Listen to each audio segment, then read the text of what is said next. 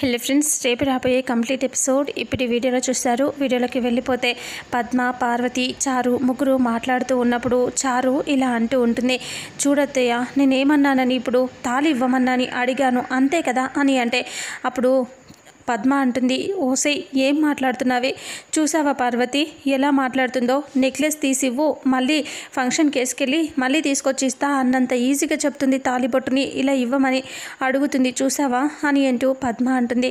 అప్పుడు పార్వతి కంగారుగా చూస్తూ ఉంటుంది, ఎక్కడ తగిలావే నువ్వు, ఓసే పార్వతి నాకు ఎలా ఉందో తెలుసా, నరాలన్నీ ఒక్కసారిగా తెగిపోయి ప్రాణం పోయినట్టుగా అనిపిస్తుందే, నాకు ఇదెక్కడి గొడవే, అసలు ఇది ఇలా ఎందుకు చేస్తుంది నాకు అర్థం కావట్లేదు, అసలు ఈ ప్రపంచంలో నరాలు తెగిపోయి చనిపోయిన వ్యక్తిని నేనే అవుతానేమో ఈ భూమి మీద అని అంటూ పద్మ ఏడుస్తూ ఉంటుంది.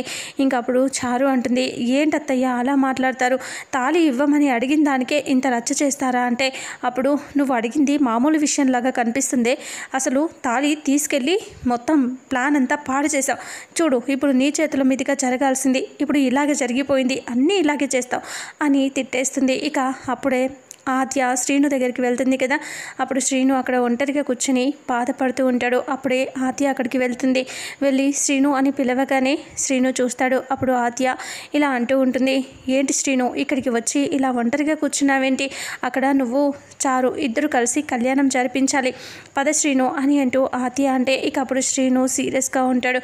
ఆద్య అంటుంది, ఏంటి శ్రీను ఇంకా మాట్లాడవేంటి అని అనగానే అప్పుడు శ్రీను అంటాడు, ఏం చేయను ఆద్య, నాకు ఇష్టం లేదు అక్కడికి వచ్చి నేను ఎలా చేయాలి, అసలు నాకు అస్సలు నచ్చట్లేదు, ఆ చారుతో ఏం చేసినా సరే ఏదైనా ఉంటే ప్రేమతో చేస్తే బాగుంటుంది, అంతేకాని ఇలా ఇష్టం లేకుండా ప్రేమ లేకుండా ఎలా చేస్తాం చెప్పు అని అంటూ కోపంగా అంటాడు. ఇంకా అప్పుడు ఆద్య అంటుంది, అలా కాదు శ్రీను, ఈ కళ్యాణం నువ్వు చారు ఇద్దరు చేస్తే అన్నా మీరిద్దరూ సంతోషంగా ఉంటారేమో, అందుకనే మీరిద్దరు చేత చేయిస్తే అంతా మంచి జరుగుతుందేమో, మీరిద్దరు కలిసిపోతారేమో, అందుకని ఇప్పుడు చేయాలి కదా పద అని అంటూ ఆద్య అంటే అప్పుడు శ్రీను కోపంగా అంటాడు, ఏంటి ఆద్య నీకు అలా ఎలా మాట్లాడాలి అనిపిస్తుంది, నాకు ఆ చారు విషయంలో ఏమాత్రం ప్రేమ కలగదని నీకు అనిపిస్తుంది కదా, తెలుసు కదా ఎందుకు ఇలా మాట్లాడుతున్నావు అని అనగానే ఇక అప్పుడే చాలా బాధపడుతూ శ్రీను ఇలా అంటూ ఉంటాడు, తనతో నేను ఏది కూడా సంతోషంగా షేర్ చేసుకోలేను, తనతో సంతోషంగా గడపలేను, ఇంకా ఈ పూజ అంటావా అసలే నాకు ఇష్టం లేదు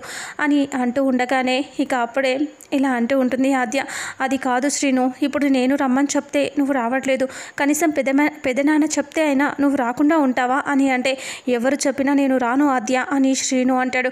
అప్పుడే రఘురామ్ శ్రీను అని పిలవగానే ఆ మావయ్య అని శ్రీను అంటాడు. అప్పుడు రఘురామ్ ఇలా అంటాడు, ఇలా రా ఎక్కడ పోయావు ఎంతసేపు అని అంటే వస్తున్నా మావయ్య అని శ్రీను చెప్పి అక్కడి నుంచి లోపలికి వచ్చేస్తాడు. ఇంకా ఆద్య అలాగే నిలబడి శ్రీనుని చూస్తూ ఉంటుంది. ఇక అక్కడికి శ్రీను రాగానే, ఏంటి శ్రీను ఏమైపోయావు, నీకోసం ఎంతసేపు అని చూడాలి, రా నువ్వే ఇక్కడ కళ్యాణం జరిపించాలి అని అనగానే ఇక అప్పుడే శ్రీను సరే మావయ్య అని ఏమీ మాట్లాడకుండా వెళ్ళి చారు పక్కన కూర్చుంటాడు. ఇక అప్పుడే ఆద్య ఏమో అలా నిలబడుతుంది కదా, ఇంకా శ్రీనుని చారుని చూసి ఇంకా వెనకాల వెళ్ళి కూర్చుంటుంది. అందరూ కూడా అలాగే చూస్తూ ఉంటారు. ఇక అప్పుడు పూజారి అక్కడికి కావాల్సిన సామాగ్రి అన్నీ దేవుడి ముందు పెట్టేసి ఇంకా అప్పుడే అన్నీ ఓపెన్ చేసి చూస్తూ ఉంటాడు. దేవుడికి సంబంధించిన పట్టు వస్త్రాలు అన్నీ చూసిన తర్వాత అందులో నుంచి తాళిబొట్టు చూస్తాడు. చూసి ఇంకా అప్పుడు ఆలోచిస్తూ తాళిని ఇలా ఓపెన్ చేసి చూస్తాడు. ఇంకా ఆ వస్త్రాలలో తాళి కనిపించదు. అది చూసి ఒక్కసారిగా షాక్ అయిపోతాడు. ఇదేంతయ్యా ఇందులో తాళి కనిపించట్లేదు అని పూజారి చెప్తాడు. చారు వాళ్ళు ఒక్కసారిగా కంగారు పడుతూ ఉంటారు. ఇక అప్పుడే రఘురామ్ చూసి, ఏంటి జానకి తాళి లేకపోవటం ఏంటి, ఇంటి దగ్గర నువ్వు తాళి పెట్టావా లేదా అని రఘురామ్ అడిగితే, పెట్టానండి, ఇక్కడికి వచ్చాక కూడా నేను చూశాను, తాళి ఉంది నేను తెచ్చాను అని జానకి అనగానే అప్పుడు రఘురామ్ ఇలా అంటాడు, మరి ఏంటో సరిగ్గా చూడండి పూజారి గారు ఒకసారి అని అంటే అప్పుడు మళ్ళీ పూజారి మొత్తం అంతా చూస్తాడు. చూసి ఇలా అంటూ ఉంటాడు, లేదయ్యా నేను చెప్తున్నాను కదా ఇక్కడ తాళిబొట్టు కనిపించట్లేదు అని అనగానే ఇక అప్పుడే సుందరమ్మ అందరూ అలా చూస్తూ ఉంటారు. ఇదేంటి అపచారంలా ఉందే అని అనగానే అప్పుడు ఎక్కడ ఉందో ఒకసారి సరిగ్గా చూడండి అని అంటూ ఉంటే ఎంత చూసినా కదయ్యా, ఇక్కడైతే కనిపించట్లేదు అని అంటూ పూజారి చెప్తాడు. చెప్పేసరికి తాళి కనిపించకపోవటం ఏంటి అని అందరూ హడావిడిగా కంగారుగా ఆలోచిస్తూ ఉంటారు. అలా ఆలోచిస్తూ ఉండగానే ఇక అప్పుడే ఇక్కడ నుంచి ఆద్య అలా వెనకాల కూర్చుంటుంది. పద్మ పార్వతి ఇద్దరు గుసగుసలా మెల్లగా మాట్లాడుకుంటూ ఉంటారు. అప్పుడు పద్మ పార్వతితో ఇలా అంటూ ఉంటుంది, చూసావా చారు ఎలా కంగారు పడుతుందో, చేసిందంతా చేసింది, ఇప్పుడు దాని చేతుల మీదుగా కళ్యాణం జరిగేది అంతా చెడగొట్టి కూర్చుంది. చూడు ఆ తాళిని హుండీలో వేసి పెద్ద తప్పు చేసింది, దాని చేతులారా అదే చెడగొట్టుకుంది అని పద్మ పార్వతితో చెప్తూ ఉన్నప్పుడు వాళ్ళ వెనకాల కూర్చున్న ఆద్య ఈ మాటలు వింటుంది. విని షాక్ అయిపోతుంది. ఇదేంటి తాళిబొట్టుని మాయం చేశారా, హుండీలో వేశారా అని ఆద్య అనుకుని ఇప్పుడు ఎలా తాళిబొట్టు లేకపోతే ఈ కళ్యాణం వల్ల డిస్టర్బ్ అయిందని చెప్పి పెదనాన్నకి చెడ్డ పేరు వస్తుంది, చారు పెదనాన్న మీద ఉన్న కోపంతో ఇలాంటి పిచ్చి పని చేసిందా అని అనుకుని ఆద్య అక్కడి నుంచి లేచి వెళ్ళిపోతుంది. ఇంకా అప్పుడే ఏంటయ్యా కనిపించట్లేదనేసి ఇంకా అంతా వెతుకుతూ ఉంటారు. ఇంకా అప్పుడే ఆద్య అక్కడి నుంచి వెళ్ళి హుండీ దగ్గర నిలబడి అటు ఇటు చూస్తూ ఉంటుంది. అక్కడ వేరే వాళ్ళు కూడా కూర్చుని ఉంటారు. పూజ చేసుకొని ముడుపు కడదామని చెప్పి అక్కడికి వస్తారు. ఇంకా వాళ్ళు కూర్చొని ఇది అస్సలు మనం మిస్టేక్ చేయకూడదే, ఇది చాలా పవిత్రమైనది, ఈ ముడుపు కట్టడం చాలా మనకి మంచి జరుగుతుంది, ఇది మాత్రం మనం ఎట్టి పరిస్థితుల్లోనూ మిస్ చేసుకోకూడదు అని చెప్పగానే సరే అని చెప్పేసి వాళ్ళు అలా మాట్లాడుకున్న మాటలు ఆద్య వింటుంది. ఇంకా పూజారి ఏమో పూజ చేస్తూ ఉంటాయి. అప్పుడు ఆద్య ఇలా అనుకుంటుంది, ఇదేంటి ఇప్పుడు నేను ఎలా తీయాలి అని అనుకుని పూజారి అటువైపు తిరిగి ఉండటం, వీళ్ళు ఇటుపక్క కూర్చుని ఉండటం చూసి ఆద్య చెయ్యి పెడదామన్నా ఛాన్స్ లేదు కదా అనుకుని ఇంకా అప్పుడే మెల్లగా అక్కడ నుంచి వచ్చేసి అక్కడ వాళ్ళు ముడుపు కడతారు కదా వాళ్ళనే చూస్తూ ఉంటుంది. వాళ్ళిద్దరూ దేవుడి దగ్గర దండం పెట్టడం కోసం అక్కడ దేవుడి మెట్టు మీద పెట్టేసి ఇంకా వాళ్ళతో కళ్ళు మూసుకొని దండం పెట్టుకుంటూ ఉంటే అప్పుడే ఆద్య ఆ ముడుపు మిస్ చేయకూడదు అని వాళ్ళు అనుకుంటారు కదా, ఇంకా జాగ్రత్తగా కట్టాలి అనుకుంటారు. ఇక ఆ ముడుపుని ఒక్కసారిగా తీసుకొని హుండీలో వేసేస్తే ఇంకా అప్పుడే అందరూ ఇంకా వాళ్ళు కళ్ళు తెరిచి చూసేసరికి అక్కడ ముడుపు ఉండదు. అయ్యో ఇదేంటి మా ముడుపు కనిపించట్లేదు అని వాళ్ళు అనేసరికి ఆద్య ఇలా అంటుంది, అయ్యో అది మీద నాకు తెలియక అలా వేయొచ్చేమో అనుకుని ఈ హుండీలో వేసేసాను అని ఆద్య అనగానే, అయ్యో అలా ఎలా వేస్తామమ్మా, అది మాకు చాలా ముఖ్యమైనది, మాకు మంచి జరగటం కోసం అలా చేసాం మేము, నువ్వు అలా ఎలా మార్చేస్తావు అని అనగానే,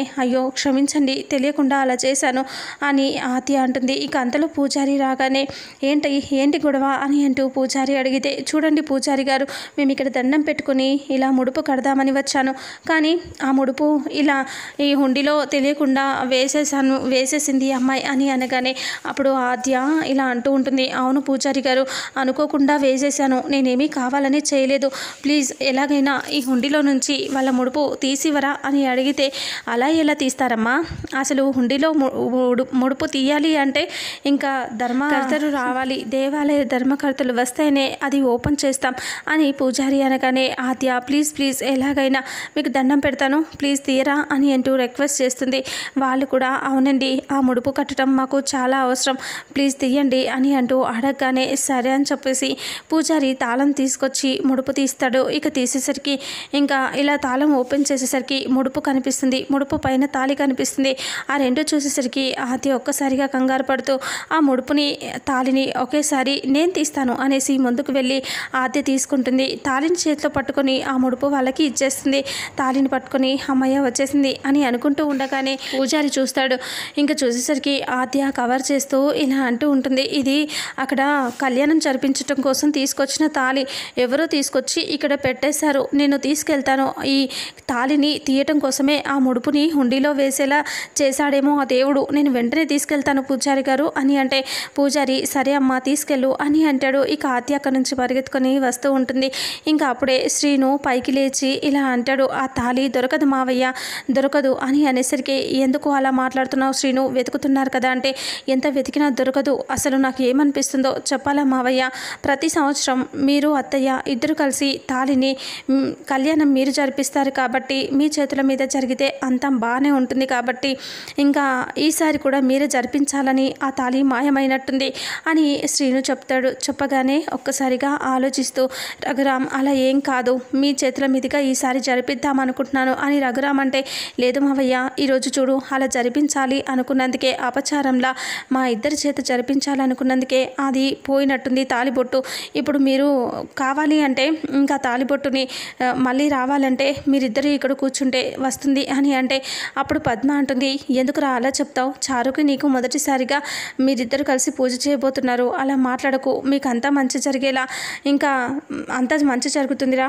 అని అంటూ పద్మ అంటే, లేదమ్మా ఇది కరెక్ట్ కాదు అని అంటూ శ్రీను అంటాడు. ఇక అప్పుడే అది నేను వద్దన్నంత మాత్రాన మేము చేయాలి అనుకుంటే తాళి కనిపించలేదు, ఇప్పుడు మాకు మేం కాకుండా అత్తయ్య వాళ్ళు మావయ్య కూర్చుంటే తాళి వస్తుందేమో అని అంటూ శ్రీను అనగానే అప్పుడు చారు కోపంగా ఇలా అంటూ ఉంటుంది, ఏంటి నేను కూర్చుంటే నేను తాళి కళ్యాణం జరిపించబోతే ఆ తాళి కనిపించదు, ఇప్పుడు మాత్రం మీరు చేస్తానంటే తాళి కనిపిస్తుందా అని చారు అంటుంది.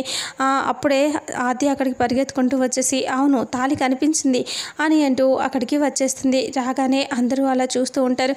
ఇక అప్పుడే ఇలా అంటూ ఉంటుంది, అసలు ఈ తాళి ఎక్కడికి వెళ్ళిందమ్మా, అసలు ఎక్కడ దొరికిందమ్మా నీకు అని రఘురామ్ అడుగుతాడు. ఆద్య ఆలోచిస్తూ అది పెదనాన్న ఇది ఎవరో తీసుకెళ్ళి హుండీలో వేశారు అని పద్మ వాళ్ళ వైపు చూస్తూ అంటే ఇంక అప్పుడే పద్మ పార్వతి కంగారు పడుతూ చారు వైపు చూస్తూ ఉంటే ఇంకా చారు కూడా కోపంగా చూస్తూ ఉంటుంది. ఇక అప్పుడు పార్వతితో పద్మ అంటుంది, ఏంటి పార్వతి ఇది ఇలా చెప్పేస్తుంది, అంటే మనల్ని చూసి అంటుంది అంటే ఆ హుండీలో వేసింది మనమే అని తెలిసిపోయిందా అని పద్మ అంటుంది. అలా అనేసరికి ఏం తెలిసిండలేదు వదిన, ఏదో మన వైపు చూసి అలా అనుంటుంది అంతే, నువ్వేమీ బాధపడకు అని అంటూ చెప్పగానే సరే అని చెప్పేసి ఇంకా అప్పుడు వాళ్ళు అలా మాట్లాడుకుంటూ ఉంటారు. ఇక అప్పుడు ఆద్య ఆ తాళిని తీసుకొచ్చి తీసుకోండి పెదనాన్న అని అంటూ ఉంటే అప్పుడు శ్రీను అంటాడు, చూసారా మావయ్య మేము చేద్దాం అనుకున్నప్పుడు తాళి కనిపించలేదు, మీరు చేయాలి అనుకున్నప్పుడే తాళి వచ్చింది, అందుకే చెప్తున్నాను మావయ్య మీ చేతుల మీదుగా జరిపించండి అని శ్రీను అంటే సరే అని రఘురామ్ అలాగే జానకి ఇద్దరు కలిసి ఇంకా పీటల మీద కూర్చుంటారు. ఇక అప్పుడే చారు శ్రీను అక్కడ నుంచి లెగుస్తారు. ఇంకా రఘురామ్ జానకి అలా కూర్చుని